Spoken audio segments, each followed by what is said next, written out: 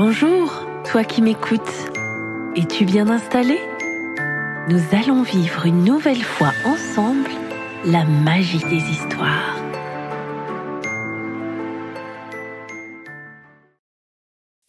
Le petit bonhomme de Buée, écrit par Céline Persson, illustré par Carla Cartagena et publié par les éditions Utopiques. C'est l'histoire d'un petit bonhomme de Buée, dessiné un matin sur la vitre d'une voiture par un garçon nommé Arthur. L'enfant retire ses moufles et s'installe bien calé derrière sa ceinture de sécurité. Il trace d'abord l'arrondi de la tête, puis le corps avec les bras, les jambes et les pieds. Avant d'arriver à l'école, Arthur a le temps d'ajouter les yeux, la bouche et le nez. Puis, Arthur descend de la voiture et le petit bonhomme de Buée le regarde s'éloigner sans un murmure. Une larme coule à présent sur sa joue, mais les gens passent devant la voiture sans le remarquer. C'est normal, personne ne fait attention à un petit bonhomme de Buée. Pourtant, ce petit bonhomme-là n'a pas envie de disparaître. Il se glisse par la vitre, restée légèrement entr'ouverte. Dehors, il fait froid. Le petit bonhomme de Buée commence à grelotter. Il regrette qu'Arthur n'ait pas pensé à lui dessiner des vêtements chauds pour se protéger. Hélas, tout le monde sait qu'un petit bonhomme de Buée est fait pour s'évaporer. Malgré tout, ce petit bonhomme-là a bien envie de continuer à faire un bout de chemin. Pour voir un peu comment vivent les gens, comment passe le temps. Il se met à marcher jusqu'à l'école du garçon. Il se glisse dans la classe à pas de chaton. Oh, le joli petit bonhomme de Buée! S'exclame Daphné. Pourtant, le petit bonhomme commence déjà à disparaître. Vite, avant qu'il ne s'évapore complètement, la fillette le dessine sur le tableau noir. C'est ainsi que le petit bonhomme de Buée devient un petit bonhomme de craie blanche. Tous les enfants peuvent maintenant l'admirer. Sur ce tableau, le petit bonhomme se dit qu'il en a de la chance. Il aimerait tant rester là pour l'éternité, même si tout le monde sait qu'un petit bonhomme de craie est fait pour être effacé. À la fin de la journée, le petit bonhomme sent le désespoir le gagner, quand la maîtresse s'approche et d'un coup de brosse fait de lui un discret nuage de poussière. Avant de rentrer chez elle, Daphné prend son goûter dans le parc de son quartier. Elle repense au joli petit bonhomme de Buée, devenu petit bonhomme de craie. Elle aussi aurait aimé qu'il reste dessiné sur le tableau de la classe. Dans le sable, à l'aide d'un bout de bois, Daphné trace le petit bonhomme tel qu'elle s'en souvient. Déjà, il est l'heure de rentrer. Daphné doit se résigner à laisser là son petit bonhomme. Tout le monde sait qu'un petit bonhomme de sable est fait pour être dispersé. Aussi, à la fin de la journée, quand le vent se lève, sous les yeux de Pierre, le petit bonhomme est emporté. Oh, quel dommage, pense Pierre, il était si bien dessiné. En arrivant chez lui, le jeune garçon va chercher des crayons et une feuille de papier. Et bientôt, le petit bonhomme retrouve ses formes en couleur. Pierre se réjouit, le petit bonhomme de sable aussi. Il est devenu un élégant petit bonhomme de papier. Ici, peut-être ai-je enfin une chance de rester, espère-t-il. Au-dessus du lit de Pierre, le croquis reste longtemps affiché. Il peut voir comment vivent les gens, comment passe le temps. Le petit bonhomme est content. Au fil des mois, ses couleurs commencent à pâlir légèrement. Et un jour, il est retiré du mur. Au fond, tout le monde sait qu'un petit bonhomme de papier finit bien souvent par être chiffonné. Dans la corbeille, le petit bonhomme est persuadé que tout le monde l'a oublié.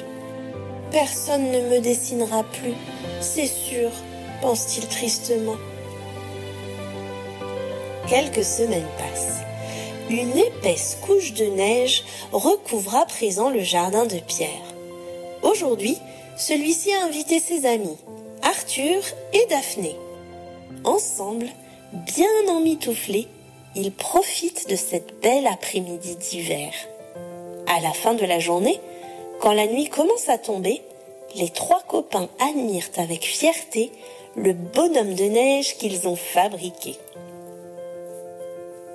Pour chacun, c'est un bonhomme de neige un peu particulier. Arthur pense à son petit bonhomme de buée. Daphné revoit son petit bonhomme de craie, puis son petit bonhomme de sable. Et Pierre se souvient de son petit bonhomme de papier.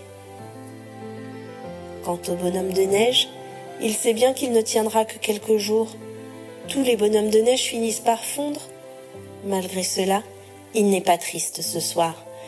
Il se dit que peut-être demain ou plus tard, il deviendra un petit bonhomme de pâte à modeler. Ainsi, il pourra continuer à voir comment vivent les gens, comment passe le temps.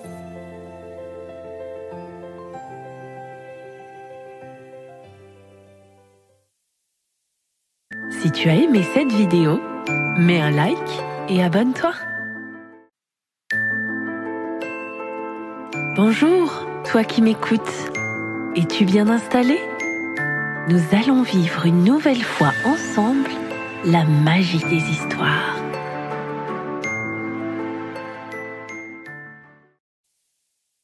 N'oublie jamais que je t'aime. Écrit et illustré par Didier Jean et Zad et publié par les éditions Utopiques.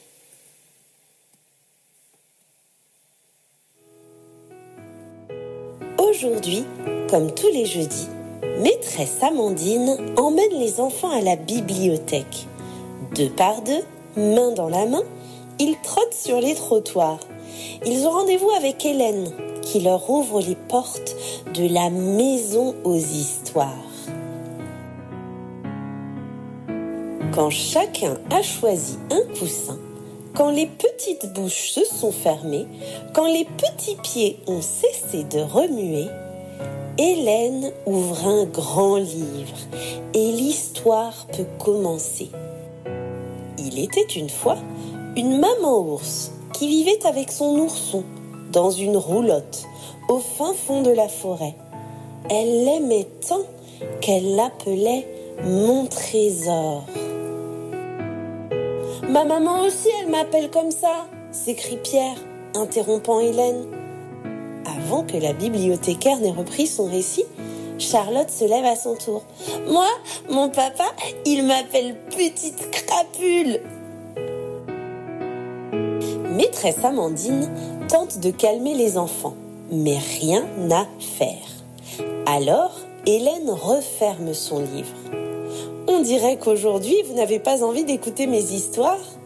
Se tournant vers Yanis, elle lui demande « Et toi, comment t'appellent tes parents ?»« Mon canard en sucre » murmure l'enfant rougissant. Loïs lève le doigt. « Moi, c'est Petit Monstre. Moi, c'est Bouillabisou » claironne Amina. « Et moi, Princesse Choupinette » Une forêt de doigts s'est levée.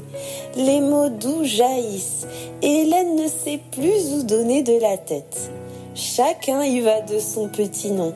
Ma toutouille, ma mignonne, mon petit pou, mon chaton, mon boubou, mon poussin, ma fleur, petite poulette, saucissette.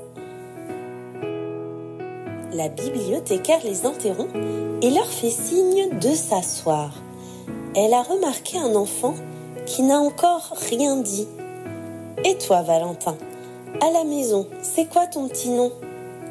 Les petites bouches se sont fermées. Les petits pieds ont cessé de remuer. Perdu dans le silence, l'enfant rougit d'abord, puis éclate en sanglots. Maîtresse Amandine vole au secours de Valentin et le prend sur ses genoux pour le consoler. « Ma maman, elle a oublié les mots doux. Elle dit que les mots durs. » Échappant au bras de la maîtresse, Valentin se plante au milieu du groupe et il crache tous ces mots qui l'étouffent. Les mots durs ont envahi la pièce. plus personne n'ose respirer, plus personne n'ose se regarder. Alors, la jolie Zoé s'approche de Valentin. « Moi, je t'appellerai mon loulou. » « Bravo Zoé! Et si nous lui donnions tous un petit nom ?» propose Hélène. Ainsi, peu à peu, les mots doux chassent les mots durs. Mon ange, ma petite puce, mon bibi, mon canard, mon chouchou, mon petit prince, mon crapaud, mon lapinou, mon petit soleil. Les yeux de Valentin se mettent soudain à briller. Maîtresse, tous ces mots doux, je peux les emporter à la maison ? Bien sûr, mon loulou, ils sont à toi maintenant. Ce soir-là, maîtresse Amandine reste tard à l'école. Elle attend la maman de Valentin. Une maman qui travaille loin et qui arrive souvent la dernière. Une maman qui écoute la maîtresse lui raconter tout ce qui s'est passé à la bibliothèque. Une maman fatiguée qui explique en sanglotant comment la vie lui fait du mal depuis quelque temps. De soucis dernièrement et... Après cette longue discussion, il est temps de rentrer à la maison. Et quelle surprise aujourd'hui! Valentin ne fait pas de caprice au moment de partir. Il ne met pas 10 minutes à enfiler son manteau. Il accueille sa maman avec un grand sourire. Un sourire dans lequel on a envie de se blottir. Valentin serre sa maman dans ses bras et lui déclare d'une voix très douce : « Moi, je t'appellerai maman chérie adorée mignonne que j'aime. » Les yeux brillants, celle-ci répond : « Moi aussi je t'aime Valentin, même quand je me fâche après toi, même quand j'oublie de te le dire. » Il est l'heure d'y aller. La maman et l'enfant font quelques pas en silence. Puis, elle lui murmure tendrement : « Moi, je t'appellerai mon petit cœur en sucre d'orge. » Si tu as aimé cette vidéo, mets un like et abonne-toi. Bonjour, toi qui m'écoutes. Es-tu bien installé ? Nous allons vivre une nouvelle fois ensemble la magie des histoires.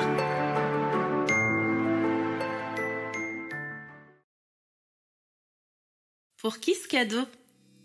Écrit par Fanny Joly, illustré par Armelle Modéré et publié par Fanny Joly Numérique.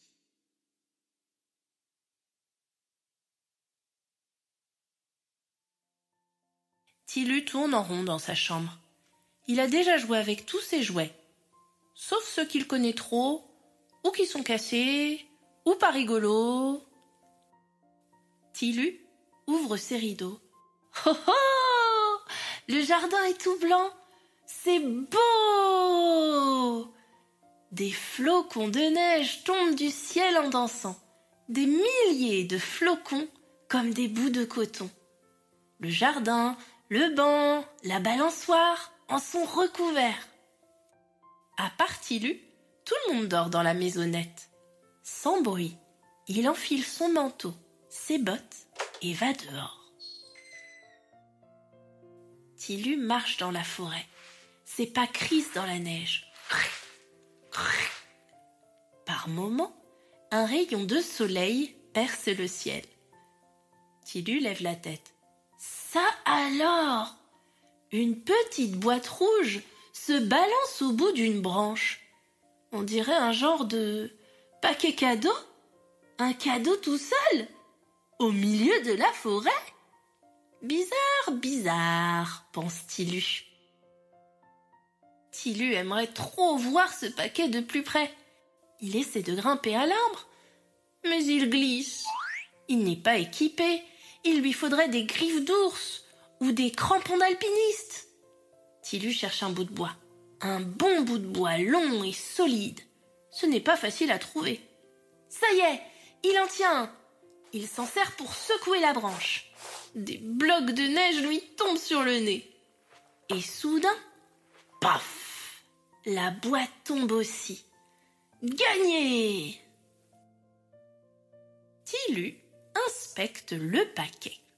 Pas de doute, c'est un cadeau, emballé dans du beau papier, entouré de ficelles dorées. Une étiquette y est attachée.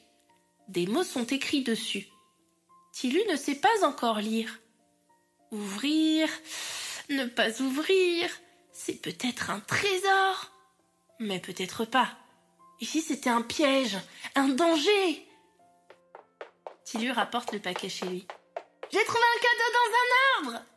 annonce-t-il en ouvrant la porte. Ses parents viennent de se lever. Papa met ses lunettes et lit les mots sur l'étiquette. « Pour qui me trouve ?»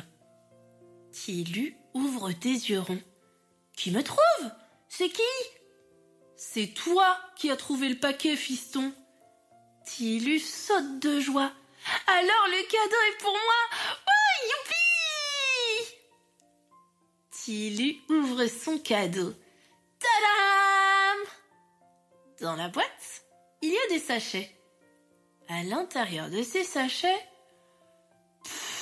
des graines, grimace Tilu déçu. C'est nul, bon acheter. Il ouvre la poubelle. Ah, si tu n'en veux pas, on les prend, disent ses parents en la refermant. Vexé, Tilu boude, tandis que papa, maman bine, creuse et enfonce les graines, bien profond dans la terre du jardin. Tilu refuse, refuse de participer. Sa sœur Lilette, elle, aide et fait sa chouchoute. Quand tous les sachets sont vidés, Lilette et les parents remplissent des arrosoirs et donnent de l'eau aux graines fraîchement plantées. Tilu enrage. Ce cadeau est une catastrophe. Tilu adore l'eau. À chaque arrosoir qui se remplit, à chaque arrosoir qui se vide, il sent des picotements d'impatience dans ses bras, ses mains, ses pieds. Il finit par s'approcher de la fontaine. « Je peux vous aider ?»« Et comment? Tu peux même continuer tout seul. » »« Ok. » Et ensuite, Tilu arrose et arrose ses graines, soir et matin. Pendant qu'un arrosoir se remplit, il vide l'autre. Et ainsi de suite, jour après jour, sans se lasser, sans s'impatienter. Un beau matin, une pousse sort de terre, puis une autre, des autres, des tas d'autres. Les graines donnent ça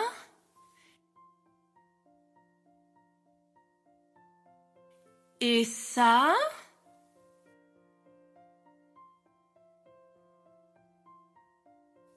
et encore ça.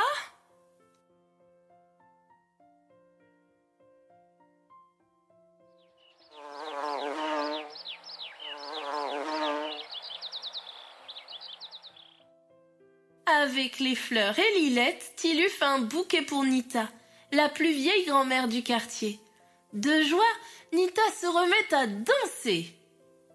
Avec les fraises et maman, Tilu cuisine une tarte géante pour l'école. À peine la tarte géante avalée, les gourmands en réclament une autre. Avec les pommes de terre et papa, Tilu réussit des frites, magnifiquement délicieuses et croustillantes. Et pendant ce temps, d'autres fleurs, légumes, fruits poussent dans le jardin. C'est décidé, pour Noël prochain, Tilu demandera des graines.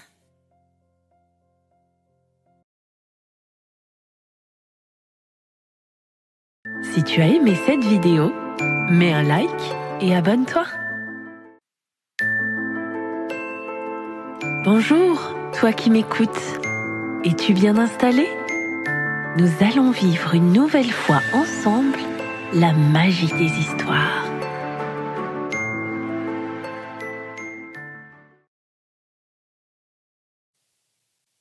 Les apparences. de Sonia Couder, Lorenzo Sangio et publié par les éditions Mijade.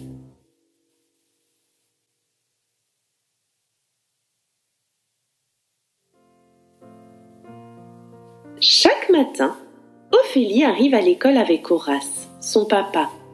Parfois, il la porte dans ses grands bras.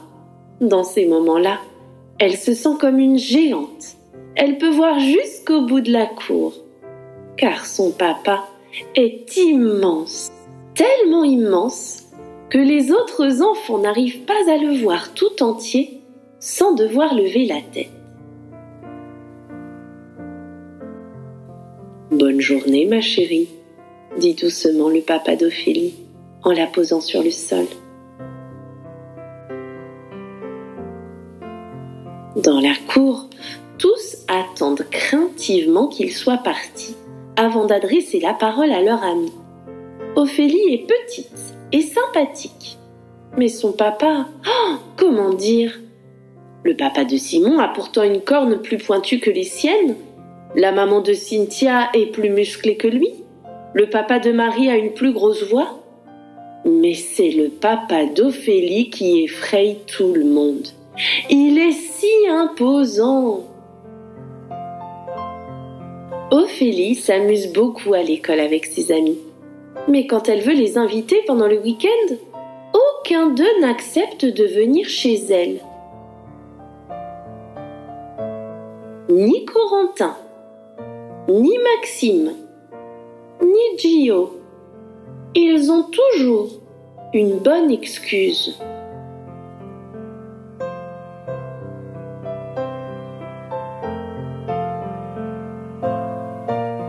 Ophélie ne se décourage pas pour autant. « Qui va venir chez moi samedi ?»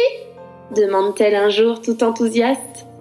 Ses camarades se figent, leurs yeux s'écarquillent et ils bredouillent. « J'ai piscine », répond Fanny.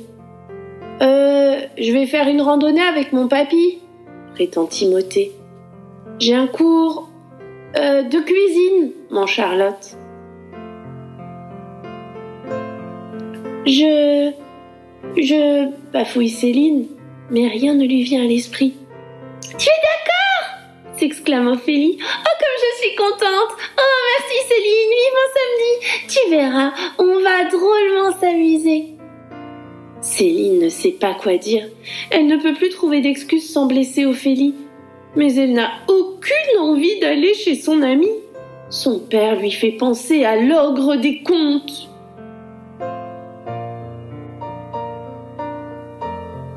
Le samedi arrive bien trop vite pour Céline. C'est à contre-cœur qu'elle se retrouve avec sa maman devant la maison d'Ophélie. « Eh bien, ma chérie, tu ne frappes pas ?»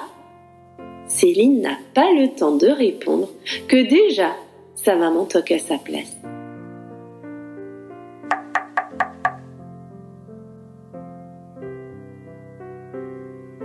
Aussitôt, des bruits de pas se font entendre. La petite loutre sent le sol trembler et son cœur tambouriner.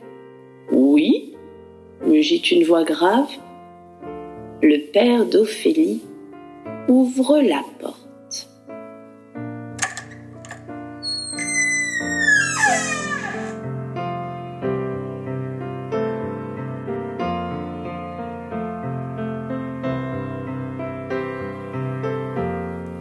Il est tellement grand qu'il ne passe pas par l'encadrement de la porte.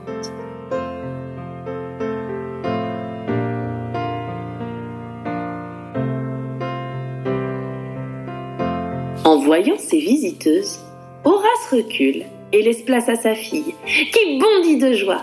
Elle attrape Céline par la patte et l'entraîne dans la maison, laissant les adultes discuter de l'heure du retour.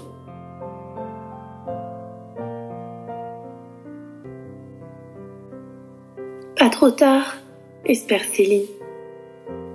Après le dîner ? Très bien. Merci beaucoup pour l'invitation, répond la maman loutre avant de tourner les talons. Céline panique. Et si c'était elle, le dîner ?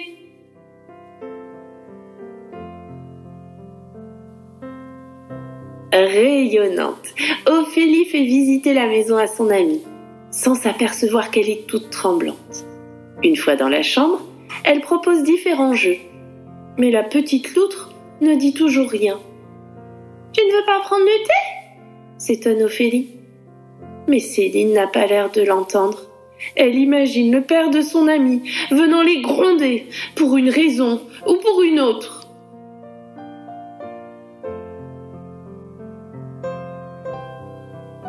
« Ton papa !» marmonne-t-elle. « Oh, tu veux que papa vienne jouer à la dinette avec nous? Bonne idée, je vais l'appeler !» Non, non, non, non, je n'ai pas du tout ce que Céline voulait dire. Oh, trop tard.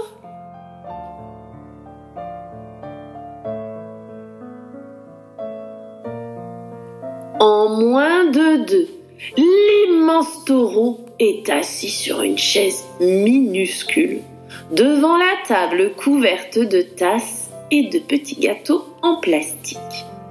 Céline n'ose pas bouger une seule moustache. Ce thé au miel et ce petit gâteau au citron sont délicieux, déclare d'une voix douce le père d'Ophélie, en sirotant son thé imaginaire. Merci, merci, c'est une recette de ma maman. Une très grande cuisinière. D'ailleurs, j'en reprendrai bien une part.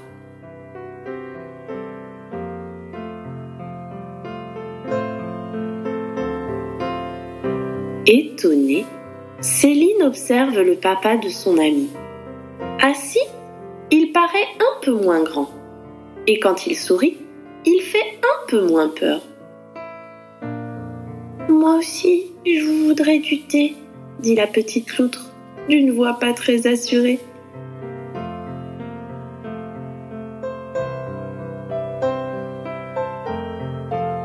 À partir de cet instant, tout est différent. Horace passe l'après-midi à jouer avec les fillettes. Après la dînette, il se déguise en princesse, puis en cow-boy, et même en pirate. Il chante et danse au rythme de la guitare. Il joue au foot et à la corde à sauter.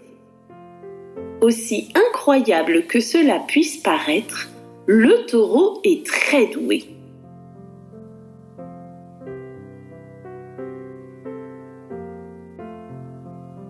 Puis, Horace s'éclipse et laisse les deux amies entre elles.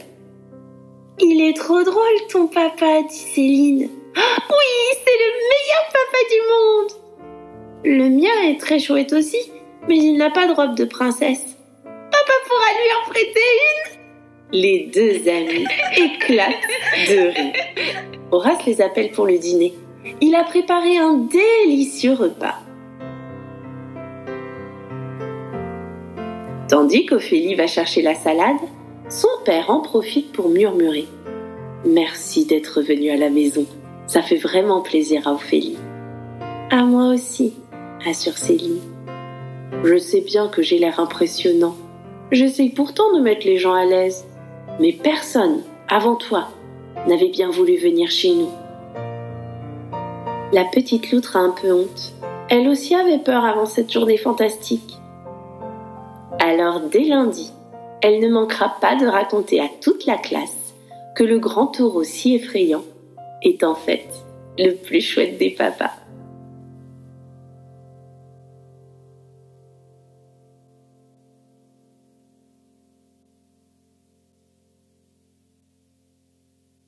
Si tu as aimé cette vidéo, mets un like et abonne-toi.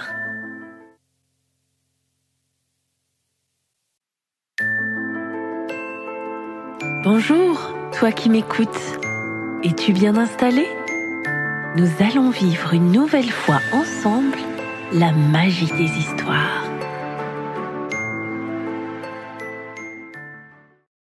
Cuicomo, écrit et illustré par Didier Jean et Zad, publié par les éditions Utopiques. Lorsqu'il faisait beau, Cuicomo, le petit oiseau, aimait voler au-dessus du fleuve, frôler les roseaux, puis s'envoler sur un courant d'air chaud. Un jour où Cuicomo s'était posé sur une branche pour se reposer, il vit un petit poisson qui, hors de l'eau, faisait des bonds. Il était gai, il était beau, et aussitôt, Quickomo voulut en faire son ami. Mais les oiseaux ne parlent pas aux poissons, et les poissons ne parlent pas aux oiseaux. Il en va ainsi depuis que la mer est salée, depuis que les éléphants sont gris, depuis toute la vie.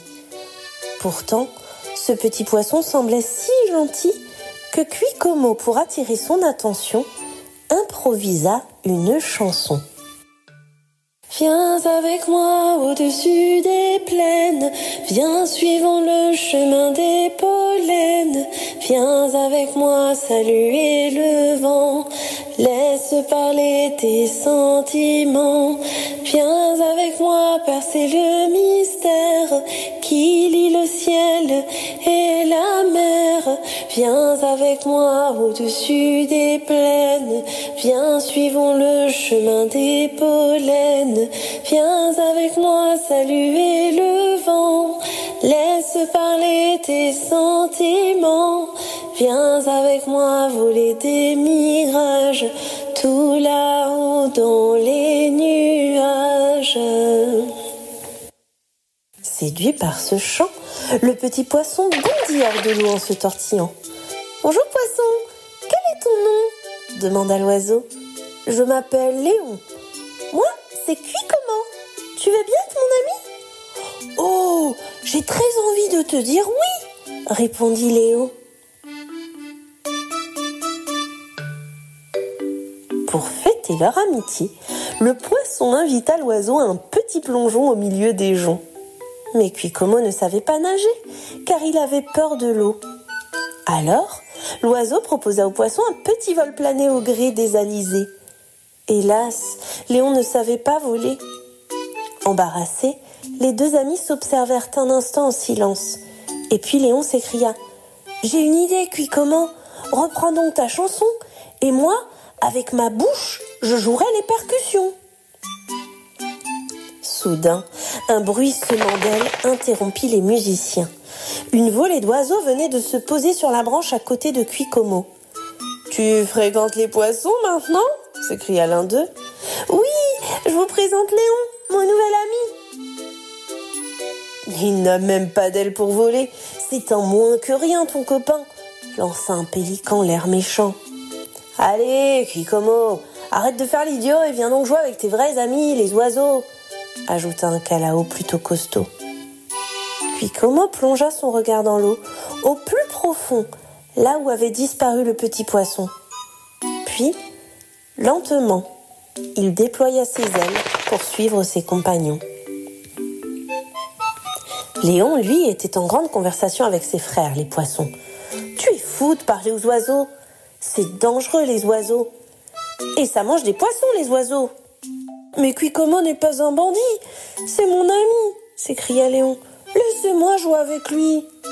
Il n'a même pas de nageoire pour nager, et sous l'eau il ne peut pas respirer, c'est un moins que rien ton copain. Allez Léon, arrête de faire le cornichon et viens plutôt jouer avec tes vrais amis, les poissons. » À regret, Quickomo essaya d'oublier Léon, et de même, Léon essaya d'oublier Quickomo. Chacun chez soi, comme il se doit, lui répétaient ses amis les poissons. Parfois, attiré par un chant qu'il connaissait bien, Léon sortait la tête hors de l'eau et apercevait un petit oiseau planant au-dessus du fleuve. Au même moment, s'appuyant sur le vent, Quickomo cherchait du regard le petit poisson, celui qui jouait si bien des percussions. Le temps s'écoula paresseusement, comme l'eau du fleuve. Chaque jour, les rayons du soleil jouaient à cache-cache avec les nuages. Chaque jour, les chasseurs poursuivaient l'antilope. Chaque jour, la pirogue du pêcheur brisait le miroir de l'eau. Et chaque soir, Quickomo s'endormait en pensant à Léon. « Ah, si seulement le petit poisson avait eu des ailes! Ah, si seulement il avait su voler! Mes amis les oiseaux l'auraient accepté. » Un matin, à l'heure où les champs se réveillent, le petit oiseau eut une idée. Il sauta hors du nid et se rendit chez le petit poisson. « Tu sais, Léon, j'ai bien réfléchi. Je voudrais apprendre à nager. Seulement, j'ai drôlement peur de l'eau. »« « Oh, je veux bien t'aider, mais d'abord tu dois plonger. » Après quelques hésitations, Kuikomo se jeta à l'eau. Alors, Léon put lui donner sa première leçon. Il lui montra comment avancer un peu à chaque coup de queue, comment glisser son ombre dans les eaux profondes. Pourtant, il ne suffit pas de remuer pour nager, et Kuikomo dut s'entraîner. Parfois, il manquait d'air et buvait la tasse, mais vite, il remonta à la surface. Jour après jour, il apprit à faire corps avec le fleuve, jusqu'à devenir le fil de l'eau. Vous vous doutez bien qu'un jour, Léon voulut à son tour apprendre à voler. Ravi, le petit oiseau lui montra comment s'appuyer sur l'air, comment devenir l'ami du vent. Hélas, il ne suffit pas de bouger les nageoires pour voler, et malgré tous ses efforts, le poisson ne parvint jamais à décoller. Bien sûr, il pouvait faire de jolis bonds et même jouer à saute-mouton, mais voler pour de bon, il n'en était pas question. La mort dans l'âme, Léon dut se résigner. Jamais il ne suivrait Kuikomo sur les courants d'air chaud jusqu'à toucher l'horizon. Jamais il n'apprendrait à percer le mystère qui lie le ciel et la mer. À partir de ce jour, Kuikomo cessa de rendre visite à Léon. Celui-ci eut tant de peine qu'il devint l'ombre de lui-même, et le temps s'écoula lourdement, oubliant le pauvre petit poisson au fond du fleuve.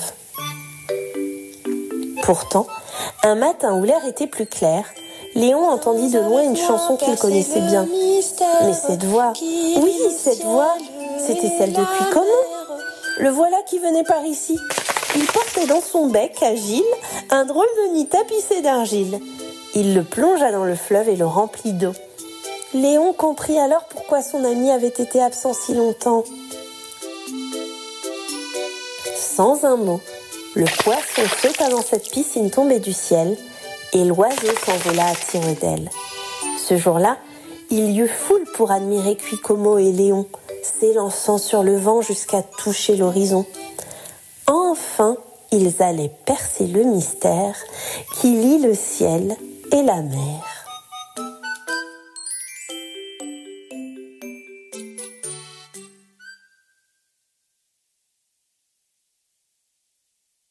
Si tu as aimé cette vidéo, mets un like et abonne-toi. Bonjour, toi qui m'écoutes. Es-tu bien installé? Nous allons vivre une nouvelle fois ensemble la magie des histoires.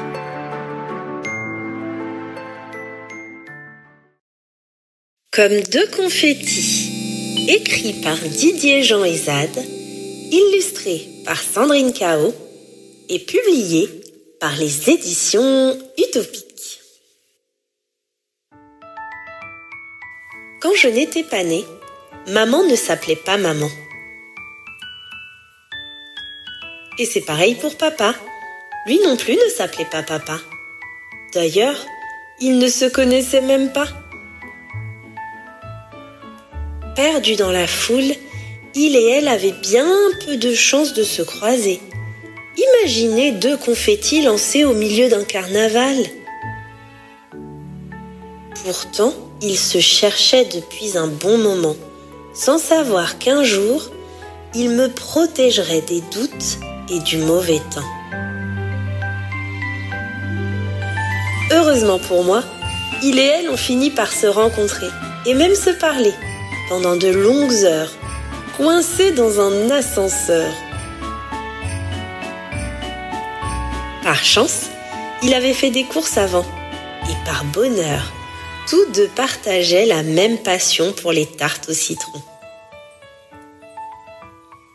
Pour épater la demoiselle, il a fait son intéressant. Elle l'a regardé droit dans les yeux, lui a dit « tu » plutôt que « vous ». Et tout d'un coup, il s'est tu. Les heures qui ont suivi, les deux amoureux ne les ont pas vus passer. Et une fois l'ascenseur reparti, ils n'ont plus voulu se quitter. Ils s'embrassaient à tout bout de champ, se caressaient à chaque instant. Et puis, ils ont rêvé de moi. C'est comme ça qu'un jour, on s'est retrouvés à 3. Au début, je ne les voyais pas, mais je les entendais rire, discuter et même se chamailler pour savoir quel prénom ils allaient me donner. Je suis restée blottie 9 mois dans la maison de mon ange gardien. Et 9 mois, c'est, je crois, le plus long des câlins. Pourtant, un soir, j'ai eu envie de savoir à quoi ressemblaient mes parents. Lui, je l'ai tout de suite reconnu à sa voix chaude et tendre à la fois. Allongé tout contre elle, j'ai retrouvé sa douceur et les battements de son cœur, les mêmes qu'à l'intérieur. C'est ce jour-là que pour la première fois, elle s'est appelée maman, il s'est appelé papa. Et voilà. Si tu as aimé cette vidéo, mets un like et abonne-toi. Bonjour, toi qui m'écoutes.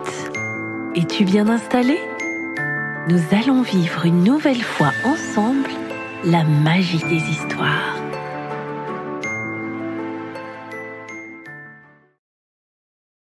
Tous les cauchemars ont peur des bisous. Écrit par Caroline Le Chevalier, illustré par Philippine Murakami et publié par les éditions Utopiques. Charles-Édouard, le petit cauchemar, vit avec son papa et sa maman dans une maison terrifiante. Comme tous les cauchemars, les parents de Charles-Édouard n'ont peur de presque rien. Ils adorent rester tout seuls dans le noir pour écouter l'orage. Ils ne refusent jamais une petite soirée avec les fantômes du grenier. Ils ont même un grand méchant loup de compagnie qui s'appelle Terreur. Pourtant, comme tous les cauchemars, la seule chose qu'ils détestent, ce qui les effraie par-dessus tout, ce qui leur donne des boutons partout, ce sont les bisous.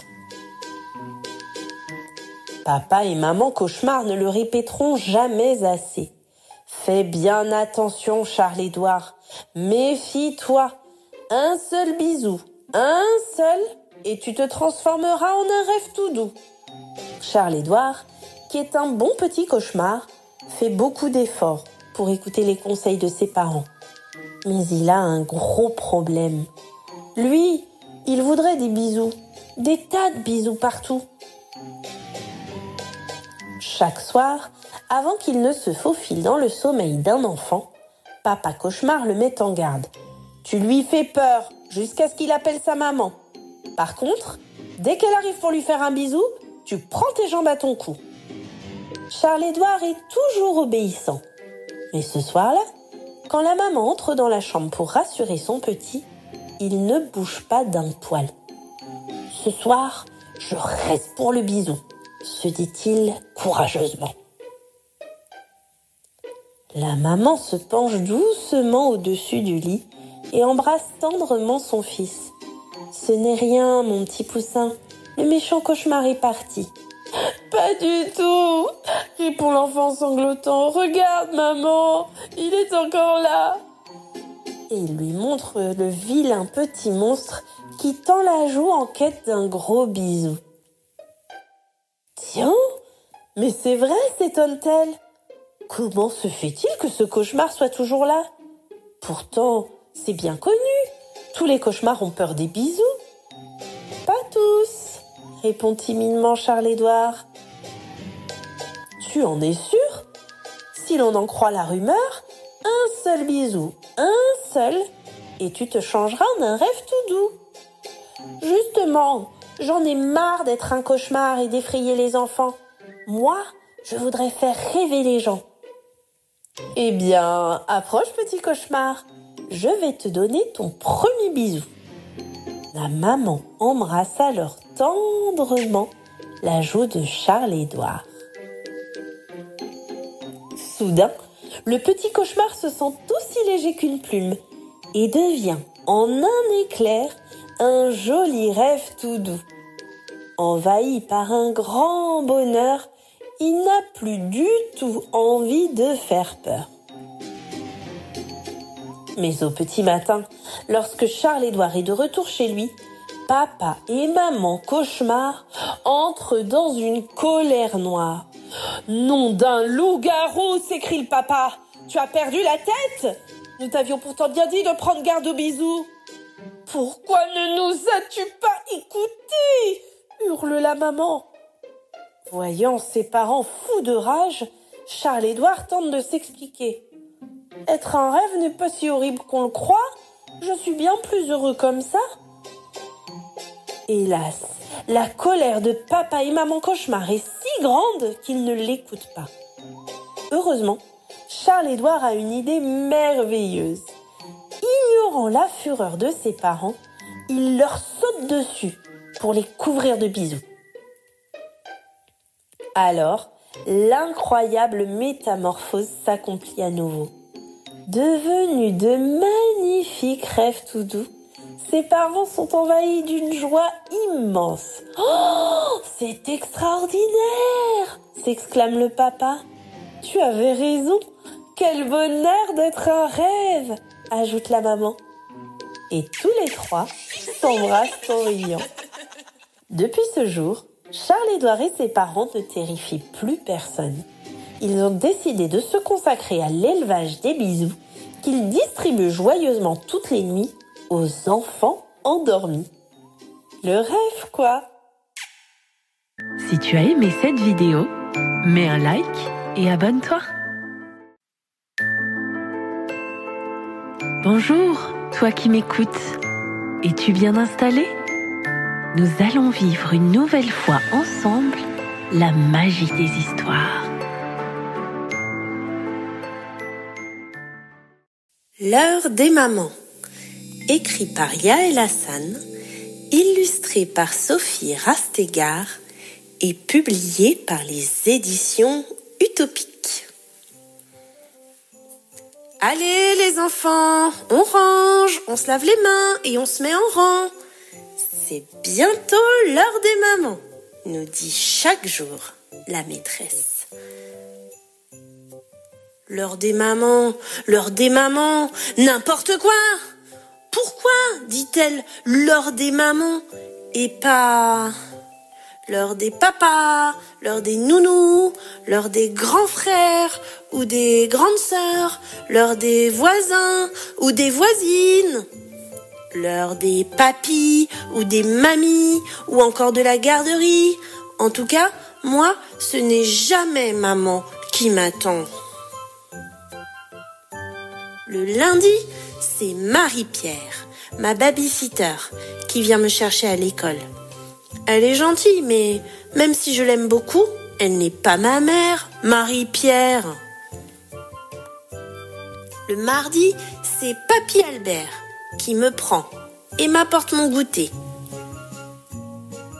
Alors lui, je l'adore, mais avec sa grosse moustache, il n'a rien de ma maman. Le mercredi, je vais au centre de loisirs.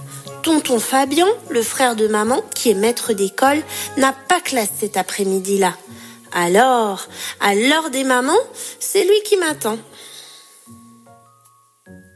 Le jeudi, c'est le jour de Mamie Lune. Je l'appelle comme ça, car elle est toujours dans la lune. Même que parfois, elle m'oublie carrément. Avec ses poils tout blancs et sa peau de soie froissée, impossible de se tromper. Mamie Lune est trop âgée pour qu'on la prenne pour ma maman. Et qui m'attend le vendredi à la sortie? Vous donnez votre langue au chat? Eh bien, c'est mon papa. Alors, ce serait mieux si la maîtresse ne disait plus l'heure des mamans. C'est carrément énervant. Car si ce n'est pas ma maman qui m'attend à la sortie de l'école le lundi, le mardi, le mercredi, le jeudi, le vendredi, c'est parce qu'elle travaille, pardi. Alors c'est quand l'heure des mamans? Chez moi, c'est le samedi et le dimanche, quand on se retrouve le matin pour se faire de gros câlins. Si tu as aimé cette vidéo, mets un like et abonne-toi. Bonjour, toi qui m'écoutes. Es-tu bien installé? Nous allons vivre une nouvelle fois ensemble la magie des histoires.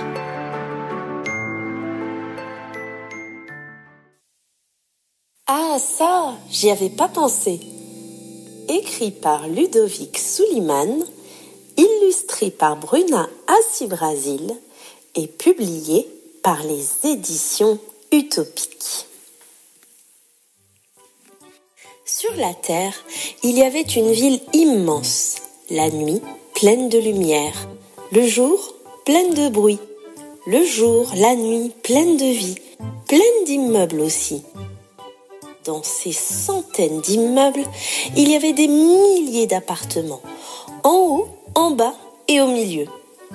Chaque appartement était fermé à clé, en haut, en bas et au milieu.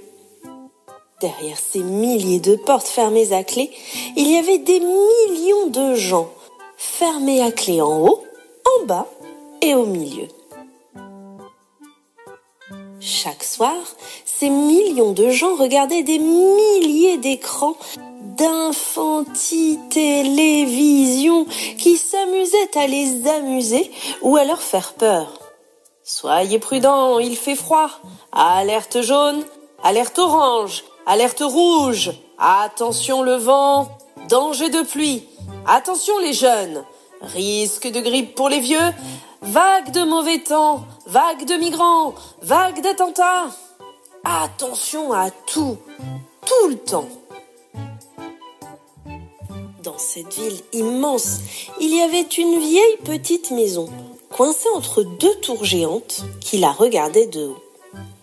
Dans cette vieille petite maison, il y avait un vieux petit monsieur qui regardait danser les flammes du feu de la cheminée. Il souriait, comme la femme de la photo, dans le cadre tout près de lui. Chaque soir, il écoutait chanter son ami. Son ami avait sa maison dans une petite fissure du mur, car c'était un grillon. Quand le vieux petit monsieur allumait le feu, le grillon était heureux. Il frottait ses ailes et chantait. Ah, qu'il est doux, ah, qu'il est bon d'avoir un bon ami, d'avoir un ami bon. Tout cela est bien mignon et ne mérite sans doute pas notre attention. Les gens heureux sont sans histoire. Oui, mais le malheur vient toujours frapper aux portes des maisons sans autorisation. Le malheur a frappé à grands coups à la porte de la vieille petite maison à l'aube du lendemain. Le vieux petit monsieur a ouvert et devant lui, il y avait un gros bonhomme en costume noir accompagné de deux uniformes en policier. Quand le gros bonhomme a parlé, sa bouche était pleine de mots pierres qui cognent. Puis, il a brandi un papier sous le nez du vieux petit monsieur. Ordre d'expulsion. Bien sûr, le vieux petit monsieur en avait déjà reçu des courriers avec accusé de réception. Des gens étaient même venus le voir pour lui parler gentiment et lui expliquer qu'on allait le déplacer dans un endroit parfait où il serait très bien. Mais pour le vieux petit monsieur, l'endroit parfait, c'était sa maison. C'était lui qui l'avait construite. C'était là qu'il avait vécu avec sa femme et ses enfants. Là où il avait tous ses souvenirs. Le gros bonhomme a fait rouler une avalanche de mots fer qui coupent. « Oust, vous avez 5 minutes pour déguerpir. Ah oh oh ah oh !» Le vieux petit monsieur avait déjà préparé sa valise avec ses chemises, ses mouchoirs, ses serviettes de table. Il n'avait jamais su faire sa valise, mais il n'a pas oublié l'essentiel. Il a pris le cadre avec la photo de la femme qui souriait et ses lettres parfumées. Dans la poche de sa veste, il a glissé son couteau pour tailler les tranches de pain et les bouts de bois. Il s'est retrouvé dehors, sa valise à bout de bras. Les Tractopélosaurus et les Bulldosaurus, avec leurs énormes mâchoires d'acier, n'ont fait qu'une bouchée de la vieille petite maison. Ce qui a beaucoup peiné le vieux petit monsieur, c'est quand ils ont arraché les 2 cerisiers.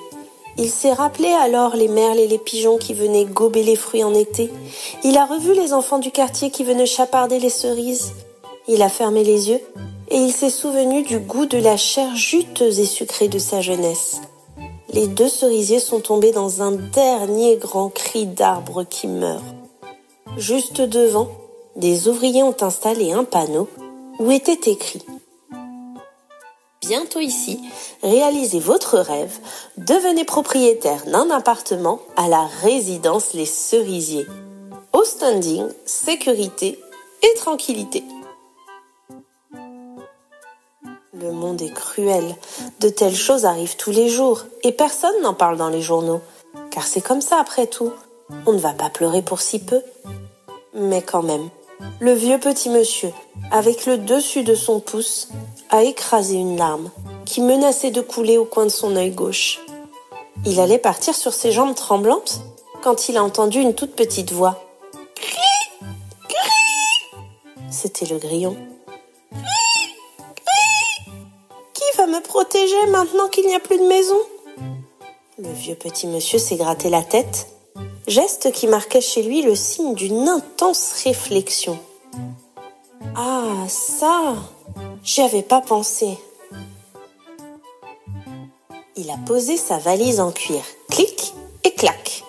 Il l'a ouverte, en a sorti un mouchoir et une serviette. Avec le mouchoir, il a formé une boule très serrée qu'il a placée au milieu de la serviette et il l'a bien nouée. Puis, il a fait 2 nœuds pour les bras, 2 nœuds pour les jambes, et voilà une poupée de chiffon, comme celle qu'il faisait pour ses enfants. Tiens, n'aie plus peur, la poupée de chiffon va te protéger. Le grillon s'est glissé dans les bras de coton de la poupée de chiffon, mais la poupée a tourné sa tête vers le vieux petit monsieur et lui a demandé « Et moi, qui va me protéger ?»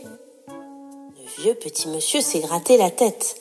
« Ah ça, j'y avais pas pensé !» Le vieux petit monsieur a pris sa valise d'une main et de l'autre la poupée de chiffon avec le grillon. Un peu plus loin, il a trouvé la solution. Devant une boulangerie, il y avait une petite fille assise par terre, la tête baissée, la main tendue. Le vieux petit monsieur est entré dans la boulangerie et il a acheté 2 pains au chocolat qu'il a donné à la petite fille avec la poupée. « Tiens, c'est pour toi. Prends bien soin de cette poupée qui protège le grillon. »« Merci, monsieur. Je veux bien protéger la poupée. Mais moi, qui n'ai ni papa ni maman, qui va s'occuper de moi ?»« Ah, ça, j'y avais pas pensé. » Le vieux petit monsieur est reparti, sa valise dans une main et dans l'autre la main de la petite fille, qui tenait tout contre elle la poupée de chiffon qui protégeait le grillon. Encore plus loin, dans un parc, le vieux petit monsieur a trouvé la solution. Un homme grand, un vrai géant, était étendu sur un banc. Le vieux monsieur a tapoté l'épaule du géant endormi. L'homme s'est redressé comme un fou, en poussant des cris, en mettant la tête sous son bras, comme pour se protéger. « Non, j'ai rien fait, laissez-moi en paix !» « N'ayez pas peur, on ne vous veut pas de mal. Mais vous êtes grand, vous êtes fort. Alors est-ce que vous pourriez protéger cette petite fille qui n'a ni papa ni maman ?»« Oh, je veux bien. C'est vrai, je suis grand, je suis fort. Mais je suis très peureux depuis que je n'ai plus de maison ni de pays. Et moi, qui va me protéger ?»« Ah ça, j'y avais pas pensé. » Le vieux petit monsieur est reparti, sa valise dans une main et dans l'autre la main du géant qui tenait la main de la petite fille, qui tenait tout contre elle la poupée de chiffon qui protégeait le grillon. Ils ont marché longtemps, loin, très loin. Et plus loin que loin, ils ont trouvé la solution. Elle faisait peine à voir. Elle était triste, elle était seule. C'était une maison abandonnée, une maison vide, à la porte fermée. « Maison, veux-tu bien protéger ce géant peureux ? Je veux bien, a dit la maison. Mais moi, qui va me protéger ? Je n'ai plus personne pour allumer le feu dans ma cheminée et nettoyer mes toiles d'araignée. Cette fois, j'ai la solution. La solution, c'est moi, s'est écrié le vieux petit monsieur. C'est moi qui vais allumer ton feu. C'est moi qui vais te protéger. La maison a ouvert grand sa porte et ses fenêtres.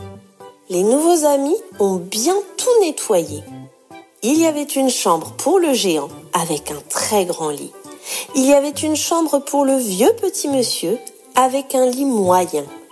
Il y avait une chambre pour la petite fille avec un petit lit. Il y avait même un trou dans le mur tout près de la cheminée pour le grillon. Le vieux petit monsieur a ouvert sa valise. Il a posé sur la cheminée le cadre avec la photo de la femme qui souriait et il a allumé un feu. Tout était bien, c'était parfait. Le vieux petit monsieur protégeait la maison, qui protégeait le géant peureux, qui protégeait la petite fille, qui protégeait la poupée de chiffon, qui protégeait le grillon. Le grillon a frotté ses ailes et s'est mis à chanter. Ah, qu'il est doux, ah, qu'il est bon d'avoir un bon ami, d'avoir un ami bon. Mais le grillon s'est arrêté, car il a remarqué que le vieux petit monsieur avait l'air tout triste. Pourquoi n'es-tu pas heureux ? Vois-tu, je protège la maison, qui protège le géant peureux, qui protège la petite fille, qui protège la poupée, qui te protège. Mais moi, il n'y a personne pour me protéger. Le grillon s'est gratté les antennes du bout de ses pattes, signe chez lui d'une intense réflexion. Ah ça, j'y avais pas pensé. J'ai la solution, a crissé le grillon. La solution, c'est moi qui vais te protéger. Voici comment, ce soir-là, au coin du feu, le grillon a protégé le vieux petit monsieur, qui protégeait la maison, qui protégeait le géant peureux, qui protégeait la petite fille, qui protégeait la poupée de chiffon, qui protégeait le grillon. Et tous se sont mis à chanter. Ah, qu'il est doux, ah, qu'il est bon, ah, qu'il est bon, ah, qu'il est doux d'avoir de bons amis, d'avoir des amis bons. Sur la cheminée, dans le cadre, la femme sur la photo a fait un clin d'œil au vieux petit monsieur, qui s'est remis à sourire. Il s'est souvenu de ce qu'elle disait toujours. Vouloir faire le bien entraîne toujours des complications, mais ne rien faire est la pire des solutions.